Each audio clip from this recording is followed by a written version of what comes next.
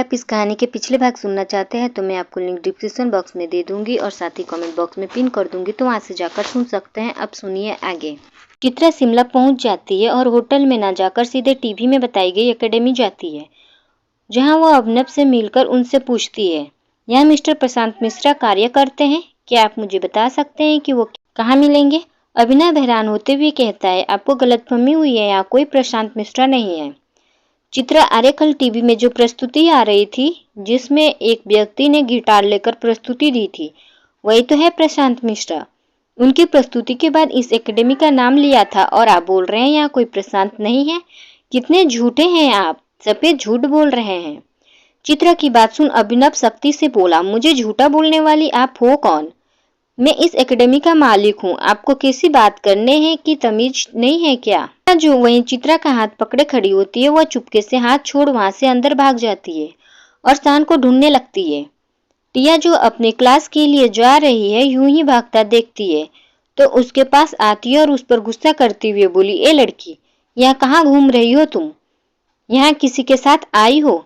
आवाज सुन त्रिशा खड़ी हो गई और कुछ देर उसे देखते हुए पहचानने की कोशिश करती है, लेकिन जब पहचान नहीं पाती तो धीरे धीरे आगे बढ़ कदम के सामने गैलरी में दौड़ जाती है। ओ तेरी बीते भर की लड़की, और मुझे चकमा देने की कोशिश कर रही है। रुक, अभी बताती हूँ, टिया बोली और लगभग 3 साल की चित्रा से पीछे भागती है। वहीं त्रिशा दौड़ते हुए आगे से आ रहे प्रशांत को देख चाचू चाचू कहते हुए उसके पास चली आती है। शान त्रिशा को वहां देखते हैं तो हैरान हो उसे गोद उठा लिया और चलते हुए बोले, लिटिल एंजल आप यहाँ? टिया उसके पीछे शान के पास आ जाती है और उस बच्ची को शान के साथ देख उसे बुरा लगता है। वो उसका परिचय जानने के लिए शान के पास आती है और उससे पूछती हुए बोली, मिस्टर अजय ये कौन है? शान, मेरी लिटिल एंजल। टिया, मतलब आपकी बेटी? शान, कुछ ऐसा ही समझ लो और त्रिशा की ओर देख उससे बोले, आपकी मम्मा कहाँ है? त्रिशा मासूमियत से बोली, वो भी आई है, बाहर है, चलो। कहते हुए शान उसे लेकर आगे बढ़ जाते हैं। उनके जाने के बाद टिया बड़बड़ाते हुए बोली, रिश्ता बड़ा गहरा लग रहा है आपका इसके साथ, पता करना पड़ेगा। शान त्रिशा के साथ लेकर चित्रा के पास पहुंचे और उनके घर चलिए, अभी के अभी बात करनी है, कहते हुए आगे बढ़ जाते हैं। चित्रा अभिनव को सॉरी बोल वहां से शान के पीछे चली आती है। शान चित्रा को रूम में लेकर त्रिशा को बोले, आप जाकर टीवी देखो, हम अभी आए। त्रिशा, ठीक है चाचू, कहते हुए त्रिशा वहां से छोटे से हॉल में चली आती है। शान ने चित्रा की ओर देखा और उससे सवाल करते हुए बोले, आप यहाँ कैसे, क्यों? चित्रा, शोभा आंटी जी ने भेजा है, उन्होंने कहा है कि आप पहले से परेशान है तो मैं त्रिशा को लेकर आपके पास चली जाऊं।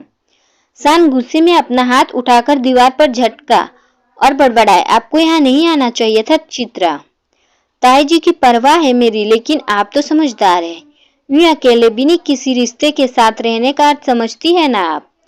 चित्रा, समझती हूँ, लेकिन जमाने की परवाह नहीं करती हूँ। ये घर इतना भी छोटा नहीं है कि 2 दोस्त यहाँ ना रह पाए। शान, ताई जी ने क्या सोचकर आपको यहाँ भेज दिया? चित्रा जी, अब मैं क्या बोलूँ आपसे, आप यहाँ आ गई है तो कहीं बाहर अनजान जगह रहने को नहीं बोल सकता। इस घर में एक रूम और एक स्टोर रूम है, अब बुरा ना लगे तो आपको कंफर्टेबल हो तो आप वहीं देख लो, बाकी मुझसे कुछ पूछने बताने की जरूरत नहीं, जो मन हो वो करना। अब आप इस कमरे से जा सकती हो। एक और बात, ये कमरा सिर्फ और सिर्फ मेरा है, यहाँ मुझे किसी की मौजूदगी नहीं। जिस दिन ये रूल तोड़ा उसी दिन यहाँ से कहीं और निकल जाऊंगा। शान ने रूडली कहा और वहां से उठकर अंदर चले जाते हैं। शान के अंदर जाने और दरवाजा बंद करने पर चित्रा मुस्कुराते हुए बोली, मुझे स्टोर रूम में कोई समस्या नहीं। प्रशांत जी, महत्वपूर्ण ये है कि आप किसी अपने से नाराजगी निगरानी में हैं। खुशी में चित्रा शान की बेरुखी को नोटिस नहीं कर पाई।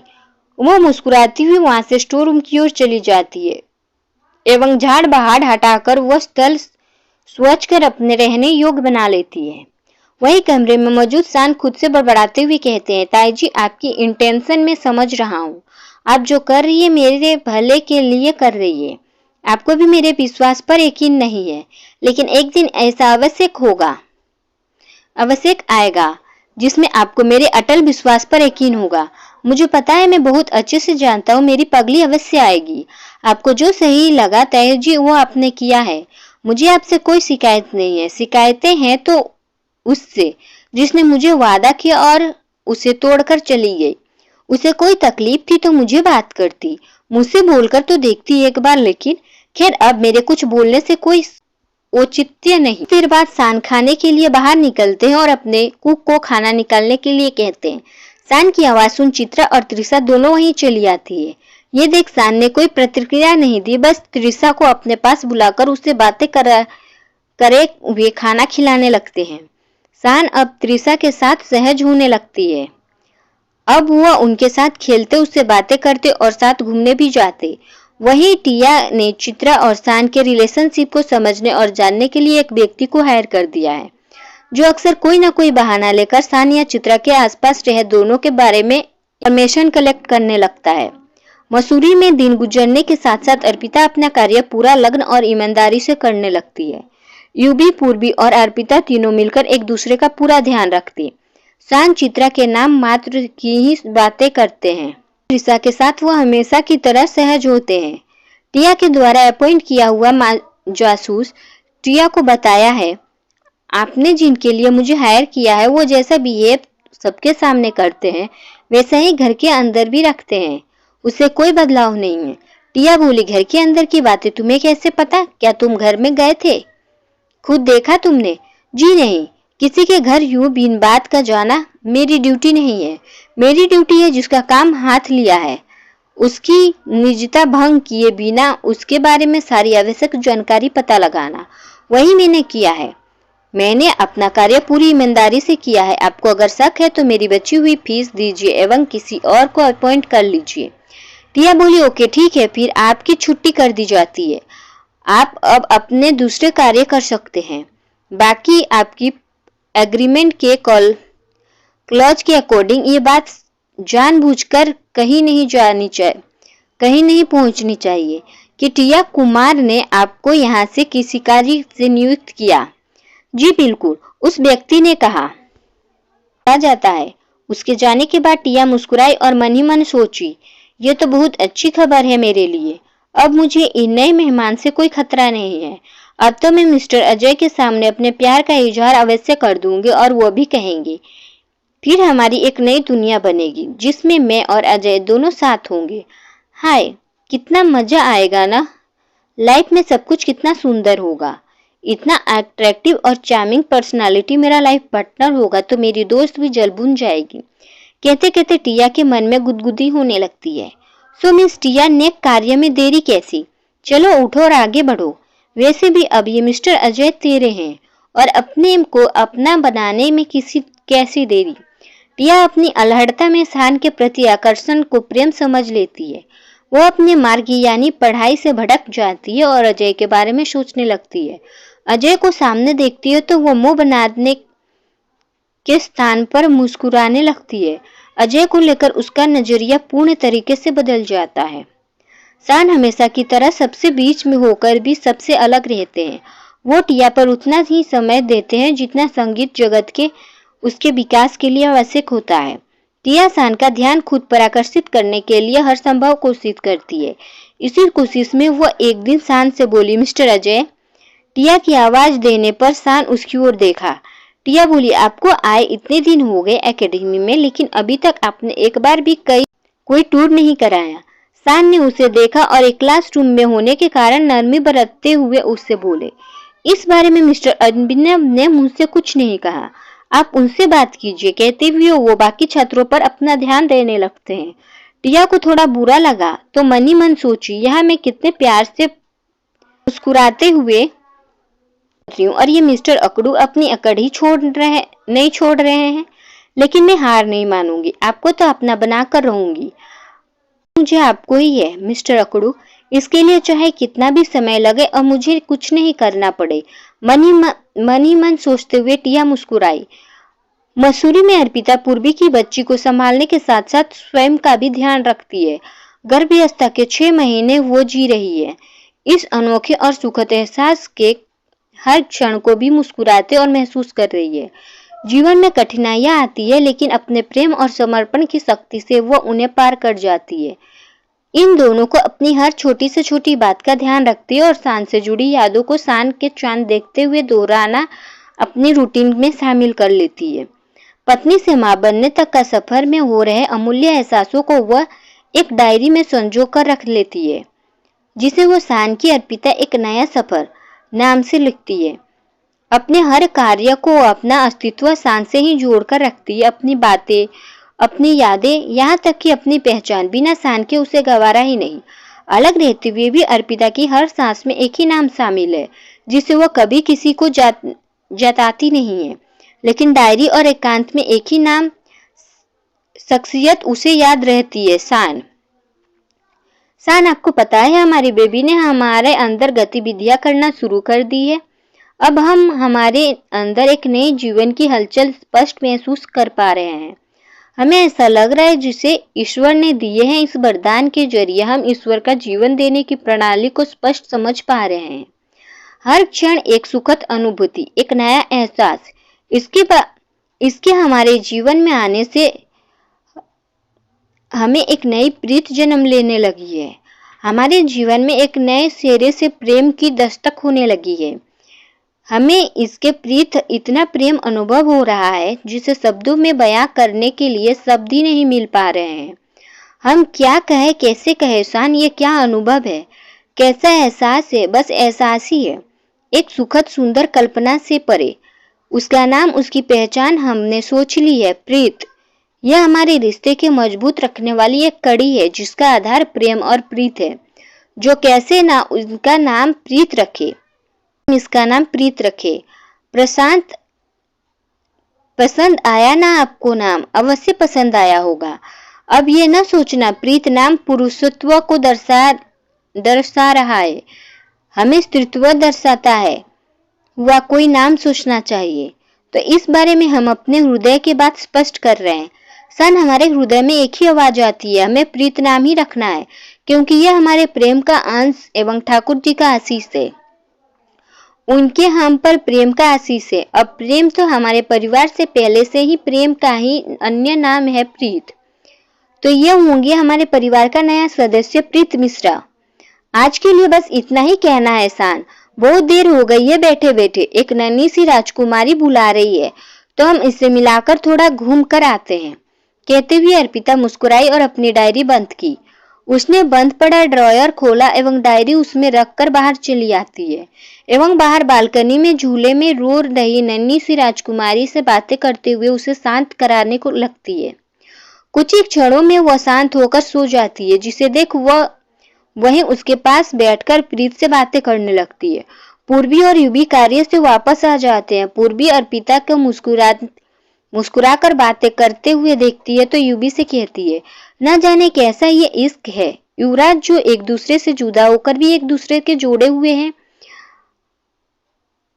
21वीं सदी में प्रेम के ऐसे रूप को मुझे कल्पना भी नहीं की जा सकती। कोई किसी से इतनी मोहब्बत कैसे कर सकता है यूबी?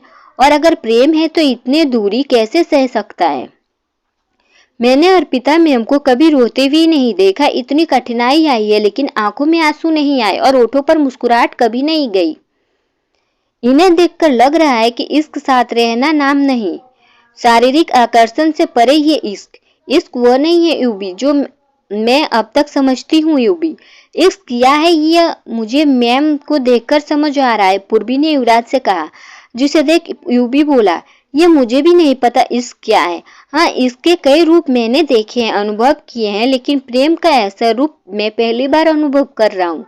अपने प्रेम से अलग होकर भी इतनी शांति, इतना प्रेम है इनके अंदर। अगर कोई कुछ समय उनके साथ व्यतीत करे तो मुझे ऐसा लगता है वह खुद में बदलाव अनुभव करने लगेगा, जैसे इस समय हम कर रहे हैं। हम ये बात तो पूर्वी ने कहा और दोनों अर्पिता को देख मुस्कुराने लगते हैं। पूर्वी को सोचते हुए बोली, यूबी, आपको नहीं लगता हमें इस प्रश्न का जवाब मैम से पूछना चाहिए? कैसा इश्क है?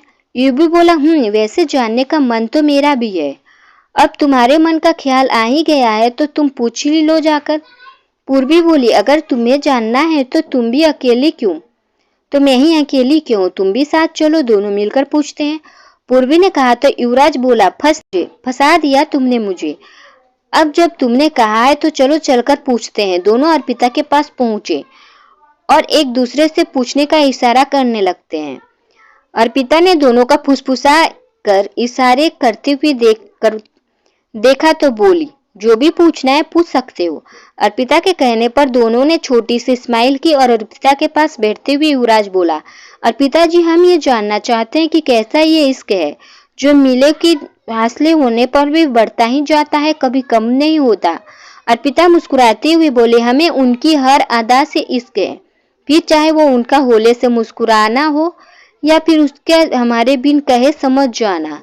हमें पसंद है नीला रंग, क्योंकि वह रंग शान को बेहद पसंद है। हमें पसंद है यूं ही चांदनी रात में बैठकर निहारते हुए चांद से बातें करना, क्योंकि यह हम शान ने सिखाया है। पसंद है हमें आईना देख होले से मुस्कुराना, जो हमें हर बार उनके हमारे पास होने का एहसास दिलाता है। बेहद भाती है हमें यह हरी भरी बांदिया, जहाँ हमने कुछ अनमोल लम्हे साथ बिताए हैं। क्या बात है, हम पूर्वी, बस ऐसा ही ये इश्क है। पूर्वी और युवी ने एक दूसरे की ओर मुस्कुराते हुए देखा और धीमे से बोली, हम ऐसा ही इश्क है। शिमला में अपने कमरे में मौजूद शान हमेशा की तरह तैयार होकर अपनी क्लास के लिए निकलते हैं, जहाँ टिया एकेडमी के दरवाजे पर शान का इंतजार कर रही होती है। शान को आता देख वो मन ही मन खुश होते हुए सोचती है, आज तो मैं अपने मन की सारी बातें आपको बता दूंगी मिस्टर अजय, फिर आप जो सोचो वो सोचो। वैसे भी मैं आज के समय की लड़की हूँ, यहाँ कौन पहले दिल की बातें जुमा पर लाए, इस बात में फर्क नहीं पड़ता। बात से क्या फर्क पड़ता है, इनफैक्ट ये है दिल की बात कहने में देर नहीं करनी चाहिए। सोचते हुए टिया आगे बढ़ी और अजय से रोकते हुए बोली, मुझे आपसे कुछ बात करनी है। शान चलते हुए ही बोले, क्लासरूम में कहना। टिया, ये बात क्लास की नहीं है, पर्सनल है। तो पर्सनल बात अपने पिता या दोस्त से कहो, मुझसे नहीं, शान ने बेरुखी से कहा और आगे बढ़ गए। शान की बात सुन टिया अपनी आंखें बंद की और वहीं तेज आवाज में बोली, I love you mister Ajay. उसके बाद उसके शब्द मालिनी एवं पीछे आते हुए मिस्टर अभिनव भी सुन लेते हैं। टिया की बात सुन शान के बढ़ते कदम रुक जाते और वह बिन मुड़े वहीं से कहते हैं, अपने कीमती समय पर मुझ पर वेस्ट करने से बेहतर है पढ़ाई पर लगाओ, कुछ बनकर दिखाओ, फिर इस बारे में सोचना। अभी बचपने में समय बर्बाद मत करो। टिया बोली, तो आप क्या कहना चाहते हैं कि अभी मुझे समझ नहीं है, ये प्यार नहीं मेरा बचपना है। शान, बिल्कुल, कहते हुए अपनी क्लास की ओर बढ़ जाते हैं। वही टिया उन्हें यूं जाते देख कहती है, आपको अवश्य साबित कर दूंगी कि यह बचपना नहीं है, प्यार है। अब मैं आपके सामने कुछ बनकर ही लौटूंगी और तब आपको अपना बनाकर ही रखूंगी। कहते हुए वो वहीं से पीछे लौट जाती है। अभिनव के पीछे देख वह उससे बोली, डैड, मुझे इंडिया की सबसे अच्छी प्रोफेशनल संगीत एकेडमी में दाखिला लेना है, आप मेरी मदद कीजिए। उसकी बात सुन अभिनव मन ही मन सोचते हुए बोले, जिद में ही सही, तुमने पढ़ने का निश्चय तो किया। और टिया से बोले, बिल्कुल टिया, मैं आज ही तुम्हारा दाखिला करा देता हूँ, तुम चलो मेरे साथ। ओके डैड, टिया ने कहा और अभिनव के साथ कुछ बनने के लिए वहां से चली जाती है। शोभा जी चित्रा के जरिए शान के बारे में पूछती रहती है, वहीं चित्रा उन्हें आवश्यक जानकारियां देती रहती है। शिमला में शान त्रिशा की जीत पर चित्रा के साथ लेकर बर्फ की वादियों में घूमने गए, जहां बर्फ को देख त्रिशा शान के गोद में उतर कर नीचे दौड़ती हुई कहती है, चाचू हमें पकड़ कर दिखाइए, चाचू हमें देख। शान की स्मृतियां ताजा हो आई और वह त्रिशा से बोले, नहीं एंजल, हम कुछ और खेलते हैं, ये पकड़न पकड़ाई नहीं, ठीक, मुझे नहीं खेलना है। त्रिशा बोली, नहीं चाचू, हमें यही खेलना है। कहते हुए वहीं दौड़ने लगती है। प्रशांत की मन स्थिति समझ चित्रा त्रिशा से बोली, त्रिशा गुड़िया, गेम तो हम घर पर भी खेलते हैं, क्यों ना आज एक नया गेम खेले, क्या कहती हो, खेलोगी मेरे साथ? नहीं मम्मा, हमें यही खेलना है, त्रिशा ने जिद करते हुए कहा, जिसे देख चित्रा उसे डांटते हुए कही, ये क्या तरीका है त्रिशा, क्यों जिद कर रही है आप? अच्छे बच्चे जिद नहीं करते, समझाया था ना आपको कि चाचू ने जिद नहीं करनी है, फिर भी। चित्रा की डांट देख शान त्रिशा के पास गए और उससे बोले, त्रिशा अभी आप छोटे हो, आपके मम्मा की हर बात माननी चाहिए, लेकिन आप बात न मानकर जिद कर रहे हो। अगर मम्मा से जिद करोगे तो चाचू फिर आपके मामा को डांट से नहीं बचाएंगे। ऐसा क्या चाचू? फिर तो बहुत डांट पड़ेगी। लगभग 6 वर्ष की त्रिशा सोचते हुए कहा, जिसे देख सान उसके पास बैठते हुए बोले, डांट तो पड़ेगी। तो बताओ क्या करना है, डांट खानी है या मम्मा की बात माननी है? मम्मा की बात माननी है चाचू, त्रिशा ने कहा। और गुड, तो फिर जाओ मम्मा के पास, चाचू अभी कुछ देर में आते हैं, सान ने कहा। और वहां से आगे बर्फ में चले जाते हैं एवं कुछ देर घूमकर फिर वहां त्रिशा के पास वापस चले आते हैं। त्रिशा, तो कल फिर आप मसूरी जा रहे हैं? सान, चित्रा, कब तक यूं आप जाया करेंगे? अब तो 4 वर्ष हो गए हैं। अर्पिता को आना होता तो अब तक आ जाती। प्रशांत उसकी बात सुन सान बोले, त्रिशा के पास होने से इतना फायदा मत उठाओ। जानती हो तुम्हें जवाब देना मैं जरूरी नहीं समझता। क्यों नहीं समझते सान? क्या एक दोस्त की तरह मेरा इतना भी हक नहीं? चित्रा ने कहा। आपके लिए प्रशांत, एवं सारी बातें मैंने पहले ही स्पष्ट कर दी थी, दोबारा कहना मेरी आदत नहीं। रिश्ते से उम्मीद लगाना व्यर्थ है चित्रा, हमारा रिश्ता सिर्फ कागजों पर है, वास्तविकता नहीं। सान की बात सुन चित्रा खामोश हो जाती है और कुछ देर खामोश रहने के बाद बोली, सॉरी, गलती हो गई प्रशांत जी। चलो चलकर गाड़ी में बैठो, चित्रा ने। सर्दी लग रही है, घर निकलना चाहिए, सान ने कहा। और त्रिशा के साथ ले वहां गाड़ी की ओर चले जाते हैं। सान, समय भी निकलना विचित्र है ना, देखो कितनी जल्दी गुजर जाता है, पता ही नहीं चलता कि कहाँ से आया और कहाँ से निकल गया। हमारा प्रीत आज 3 वर्ष 6 महीने के हो गए हैं। इनकी शरारतें कम नहीं है, सारे गुण तो ये आपकी ही चुरा कर आए हैं सान। आपको पता है सान, इन पर ठाकुर जी का विशेष आशीष है, इनके पैर में पद्म का निशान बना हुआ है। जैसे इस बारे में शंका तो हमें पहले ही तनिक नहीं थी, लेकिन पहले नन्हा सा था तो रेखाएं इतनी स्पष्ट नहीं थी। आज जब इन्हें हम नहला रहे थे तो अब हमने स्पष्ट देखा कि और समझा। इनकी शरारतें हम अपने फोन में सहेज कर रखते हैं। जब भी मन उदास होता है तो इन्हीं शरारतों को देखते हैं, मन प्रसन्नता से भर आता है। अभी इतना ही कहेंगे, बाकी बाद में बताते हैं आपको। हम देखकर आते हैं हमारी जान है कहाँ, कौन सी शरारत करने में जुटे पड़े हैं। अर्पिता ने डायरी रखी, उठी और चुपके चुपके दबे पांव अंदर कमरे की ओर आती है। कमरे में एक नजर चारों ओर डालती है और कमरे की खिड़की पर जाकर उसकी नजरें ठहर जाती है, जहाँ छोटा सा प्रीत युवराज के बालों के हाथ घुमाने पर कहता है, अंकल ये अच्छे अच्छे बाल क्यों करते हो? मेली तलक किया करो। अच्छे कहते हुए प्रीत ने अपना सर हिलाकर सारे बाल बिखेर लिए, जिसे देख छोटी युविका बोली, प्रीत अपने फिर 6 बाल बिखेर लिया। अब तो बड़ी माँ आपको पक्का डांटेगी। चलो चलकर चुप जाते हैं। युविका की बात सुन प्रीत ने अपने माथे पर खुजाता है और बोला, माँ नहीं डांटेगी, मैं उससे पहले ही छुप जाऊंगा, फिर वह ढूंढ ही नहीं पाएगी। कहते हुए हंसने लगता है। उसकी मासूम निश्चल हंसी कमरे में गूंज जाती है। युवराज ने अर्पिता की ओर देखते हुए धीरे से बोला, प्रीत आपकी मम्मा पीछे आ गई है, भागो नहीं तो आपकी और मेरी दोनों की खैर नहीं। ओ नो दीदी भागो, प्रीत ने युविका से कहा और दोनों कमरे में दौड़ने लगते हैं। ये देख अर्पिता हंसते हुए बोली, बस बस अब नहीं दौड़ो, मामा नहीं डांटेगी। चलो आओ, पहले बाल ठीक करो, फिर आपको मिल्क शेक मिलेगा, इसे फिनिश करना होगा, फिर मामा, प्रीत और युविका तीनों मिलकर काउंटिंग वाला गेम खेलेंगे। चलो आओ अब, मिल्क शेक मम्मा, मीठा वाला, प्रीत ने अर्पिता के पास आते हुए कहा। ठीक, मीठा वाला, अर्पिता ने कहा और प्रीत के पास घुटनों पर बैठ उसके बाल सेट करने लगती है। बालों को बिखेरने का ये तरीका किसने सिखाया आपको प्रीत, बताइए हमें। ये नहीं पता मम्मा, प्रीत ने हाथ घुमाते हुए कहा। अर्पिता उठी और प्रीत एवं युविका दोनों का हाथ पकड़कर कमरे से बाहर चली आती है। बाहर आकर दोनों को हॉल में पड़े सोफे पर बैठा देती है और कहती है, आप दोनों यही सोफे पर बैठो, हम मीठा मीठा मिल्क शेक लेकर आते हैं। ठीक है, और अभी चुपचाप बैठना, फिर से बाल मत बिखेर लेना। ओके मम्मा, प्रीत ने युविका की ओर देखते हुए कहा। युवराज भी बाहर आ जाता है और वहीं एक और बैठ जाता है। अर्पिता के जाने के बाद प्रीत सोफे पर खड़ा हुआ है, वो ताली बजाते हुए कूदने लगता है, साथ ही काउंटिंग भी करने लगता है। अर्पिता मिल्कशेक ले आती है तो दोनों उसे फिनिश कर देते हैं। कुछ ही देर में बाहर से पूर्वी भी चली आती है। उसके चेहरे पर थोड़ी परेशानी के भाव होते हैं जिसे अर्पिता और युवराज दोनों देख लेते हैं। प्रीत, युविका, आप दोनों अपने रूम में जाकर खेलिए, हम कुछ देर में आते हैं, अर्पिता ने दोनों से कहा। ओके मम्मा, ठीक है बड़ी माँ। प्रीत और युविका के वहां से अंदर चले आते हैं।